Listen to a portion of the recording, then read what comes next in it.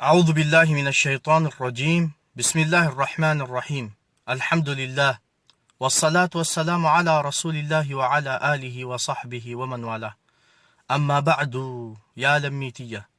هند خيسانو بكا جرتنيتي نجيني ربي قد إسن رتي هاجراتو ربي سبحانه وتعالى دنديا داتي رحمة إسات تولا إسات ديغ أبليين كينيا خنزاء أما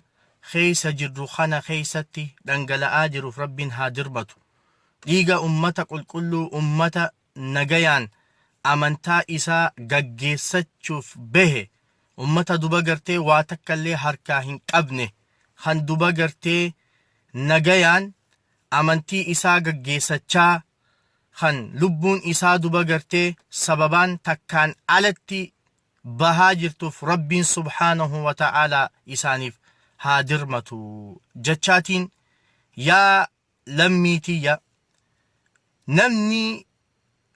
نما توكو وجين جيزي هاسويتو معلومان نمساني سيف قلوك أبا طبيعان نمساني حالي نمساني سيف قلو لك أبا مالف جنان يو حال نمساني بيتك أوفا دوباقرتي إسا وجين ديمو دن ديسا موتمان ظالمني موتما وياني خن أما جرخوني وان تكا قوفا بيخا وان تكا قوفتي أمن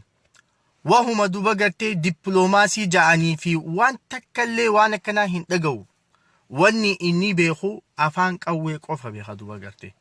خران أما بودا نما باسو نمو وان دندهم فرا دور كوك أبا لبو في ترا فرا دور كوك أبا أما بودا مالف جنان نما نجيان ديمو جرو خطيارة خاسي لمي نجيان دوي آتي واني دوبا گرتي هلا چوفتي تيسي فتي ايدوف تكالينو هنجرتو أما بودا خناف موتمان كوني واني إني اتي أمن يو جراتي أفان قوي قوفا دوبا گرتي خناف نموتو لبو إسات الرافر دوركون درك أما أمنتين تكالينو خن ibiddi sirra roobu jiru calja'iiti ibidda san baadhadhu taa'ii amantiin jette takkalleen hin jirtu heerri takkalleen seerri takkalleen kan akkasitti ajaju hin jiru aadaan takkalleen duba gartee tan akkasitti ajaju hin jirtu maaliif jennaan za'aa duba gartee namni lubbuu tee si baasuuf afaan qawweetiin si deemu jiru keessatti lubbuu tee najaa baasuudhaaf lubbuu tee nagaya godhuudhaaf firraa doorkuun dirqama sirratti tahaa jechu kanaaf duba gartee yaa lammitiyya gizeen akkana ja'u isniif galanatti fakkaata karaan duba gartee amma booda oromoon bilisummaa isii ittiin arkattu karaan amma booda oromoon mirga isii ittiin falmattu karaan amma booda oromoon kabajaa isii ittiin arkattu karaan amma booda oromoon haqa isii ittiin dhuunfattee if harkatti qabdu yoo jiraate karaa takka qofa afaan qawwee malee wanni nagaya nama baasaa hin jiru lubbuun ni duuti nam tokkollee nu namni addunyaa tana gubbaa dhufee zalaalam jiraatu tokkollee nu hin jiru namuu ni deema ammoo eega deemuu taate du'a dhiiraa du'aniituma addunyaa tanarraa deemu maatitu bareeda dhukkubsatee namni addunyaarraa deema haala adda addaatiin namni addunyaa tanarraa deema duba gartee kanaaf karaan nu baasu biyya teenya falmachuudhaaf mirga keenya falmachuudhaaf haqa keenya falmachuudhaaf afaan qawwee malee wanni nama baasaa takkallee nu hin jiru oromoon addunyaa keessa jirtunu hayyoonni oromoo kan addunyaa keessa jiru hundi beektoonni oromoo kan addunyaa keessa jiru hundinuu please waan kana itti yaada nama biyya keessatti dhumu jiru kana ni arkitan zaa amma keessa jiru kana keessatti nam dhibbaa fi 70 fi wahii oli lubbuu namaa qulqulluu kan duba gartee xayyaaraan helikopteriin achirraan snaayiparaan kan dhahomu jiru duba gartee lubbuu ummata qulqulluu ummata nagayaa ummata amantaa isaa gaggeessachuuf bee kan dhumee jiru kanaaf duba gartee warri amriin tun nu yaachisti jenne yaannu hundinu karaa bilisummaa Oromoo ittiin arkannu san deemuudha qabna. Karaa bilisummaan teenya ittiin dhuftu san deemuudha qabna. Alhamdulillah galanni kan Rabbiiti. Kan Rabbiin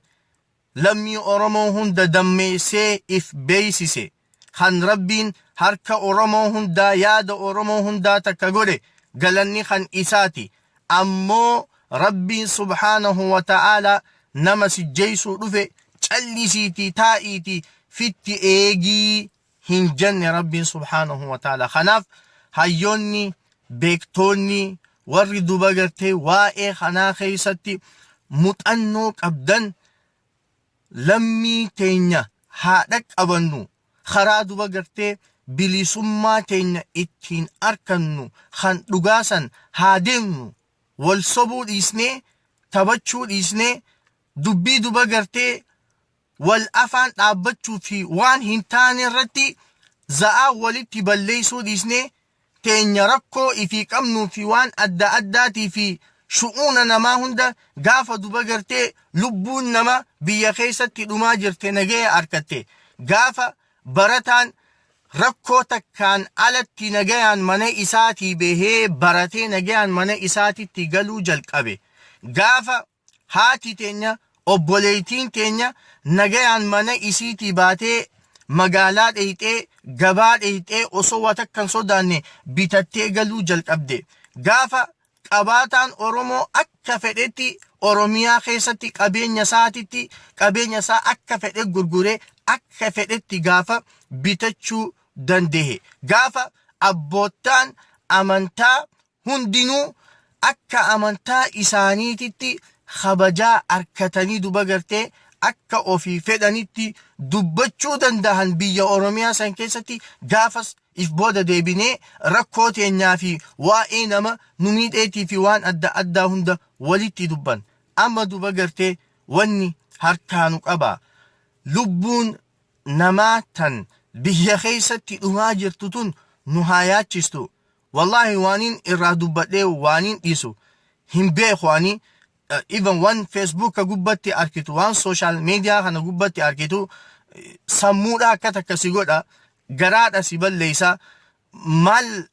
akka dubbattu si dhoorka duba gartee wanni ijaan arkitu lammiin kee dhiigni kee lammiin Oromoo tokko kan ati beeytu gizee duba gartee rasaasaan dhawamee mucaan dardaraa kan baru baratee biyya tana bulchaa jettee eeydu rasaasaan dhawamee abdiin isaa karatti cittee darbamu gizee ijoolleen dardaraa babbareedduun intalti dubraa gizee rasaasaan dhawamtee fuulli isii kuni biyyee uffatee duba gartee biyyeedhaan laaqamtee qaamni isii duba gartee gamaa gamas adda fafacee gizee arkitu gizee duba gartee nama mucaa dardaraa xiqqaa rasaasaan sammuun isaa kun dhoohee duba gartee sammuun isaa keessaa yaatu gizee arkitu gizee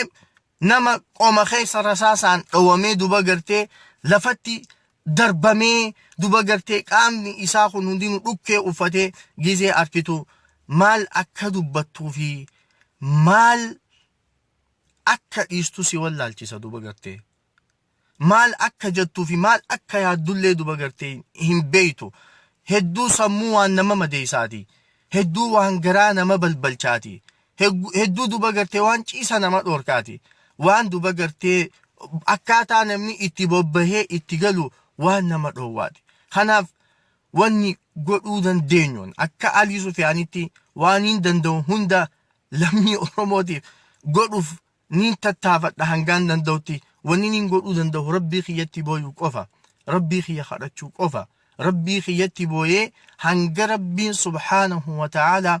bilisummaa dhugaasan nu hannu hanga Rabbiin subhaanahu wa ta'ala kadhaa teenya nurraa qeebalee zulmii miidhaa akkana nurra deemu jirtu tana nurraa kaasutti rabbi booyuu hin lakkisu. Rabbii kiyya kadhachuu hin lakkisu. Ammaas taanaan duba gartee rabbii keenya kadhachuu itti haafuufnu ammoo karaa nu baasu takkaa fi takka qofa. Afaan qawweetiin malee mootummaa kana firraa kaasuu hin dandeenyu. Afaan qawweetiin malee kabajaa teenya deebisachuu hin dandeenyu. afaan qawweetiin malee mirga keenya dhuunfachuu hin dandeenyu kana itti amanuu qaban namuutu duba gartee warri siyaasaatis haa ta'uu beektoonni Oromootii fi duba gartee warri duba gartee barate hayyoonni Oromoo babbareedoonii fi dooktaroonni Oromoo piroofeesaroonni Oromoo kan aalama keessa jirtan hundinuu duba gartee as baha wali khoottaa abbootii amantaatis walitti yaama waan takka karaa duba gartee Oromoon tun mala ittiin arkattu karaa bilisummaa isii ittiin arkattu wal marii hadhaati waan takka please godha hawaasa kana dhaqqabaahi je'eetiin duba gartee akka nam takkaatitti isinitti dubbadha karaa kaaniin rabbiin subhaanahu wa ta'ala dandeeyaadhaati mootummaa kana rabbi nurra haa kaasu ammoo ummata Oromoo kan addunyaa keessa jiru hunda ammaas irra deebi'ee wallahi isiniin gammachiisuu barbaada wanniniin itti isin gammachiisu akka guyyaan baru alhada akkaan baru alhadatti beekuttiin mootummaan kun akka inni ka'u beeka duba gartee mootummaan kun akka inni yeroo akkaan gabaabduu taate keessatti akka inni bakka tana gadhiisee deemu duba gartee ani nin beeka kana duba gartee ittuma gammada abdii osoo hin kutanne duba gartee obsaan gammachuu teessan numa eeggadha gaafa kaan mootummaa Liibiyaa hawaasa isaa akkanumatti kee xayyaaraan duba gartee isaan gate wallahi achi booda baatii xiqqashollee hin teenye bakka sanirraa rabbiin subhaanahu wa ta'ala isa kaase ammoo akkamitti isa kaase itti qabsaawaniiti duba gartee afaan qawweetiin firraa lolaniiti firraa kaasan duba gartee nutiis karaan nu baasu qabsooynee afaan qawweetiin akka taanu taanee firraa kaasuuf tattaafachuudha qabna bismillah walhamdulillah wassalatu wassalamu ala rasulillahi sallallahu alayhi wasallam Allahu akbar kabira walhamdulillahi kathira wa subhanallahi bukratan wa asila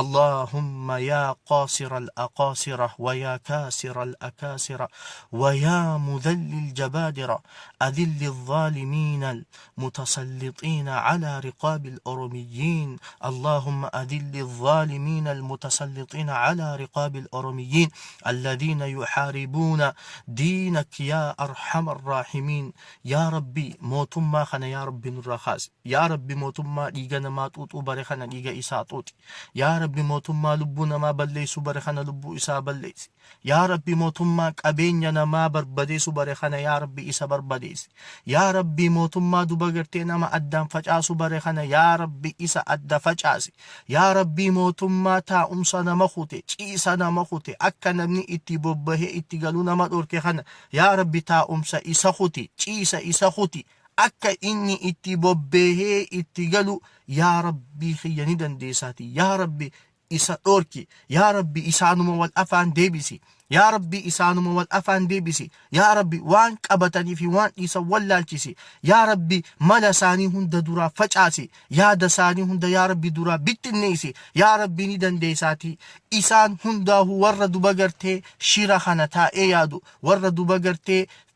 shira kana taa'ee gudunfu hunda yaa rabbi maraatuu isaan quban qabne yaa rabbi itti gadhiisi yaa rabbi ni dandeessaati sammuu isaanii yaa rabbi isaan balleessi yaa rabbi mallasaa qabaa jabduu qabdee yaa rabbi dachitti galchite yaa rabbi warra dhiiga ilmaan Oromoo barbadeessu jiru kana hunda mata matatti yaa rabbi qabaa mallasaa qabde daran yaa rabbi isaan qabiitii dachi jalatti yaa rabbi isaan galchi yaa rabbi ni dandeessaati nama Oromoo gurgurachuu fedhu nama dhiiga ilmaan Oromooti taphachuu fedhu nama qabeenya ilmaan Oromooti taphachuu fedhu nama laffaatii joolleen barattoonni Oromoo itti laffaa'anii eega fadlii keetiiti asiin gahan kana bilaashumatti duba gartee gurguratee ammallee Oromoo nyaachuu fedhu yaa rabbi ni dandeessaati isa nyaadhuuti yaa rabbi isa balleessi yaa rabbi osoo duba gartee hin ajjeesin addunyaa irratti salphisiiti hadhattuu isa godhiti yaa rabbi nu garsiisi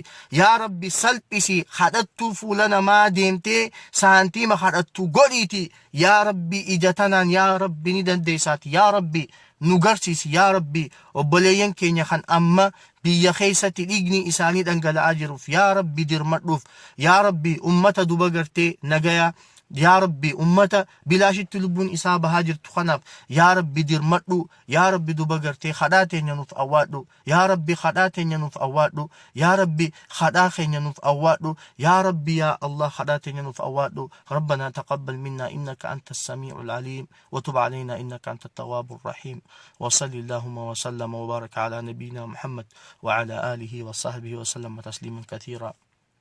dhumarratti yoon haqa qunname rabbi irraahi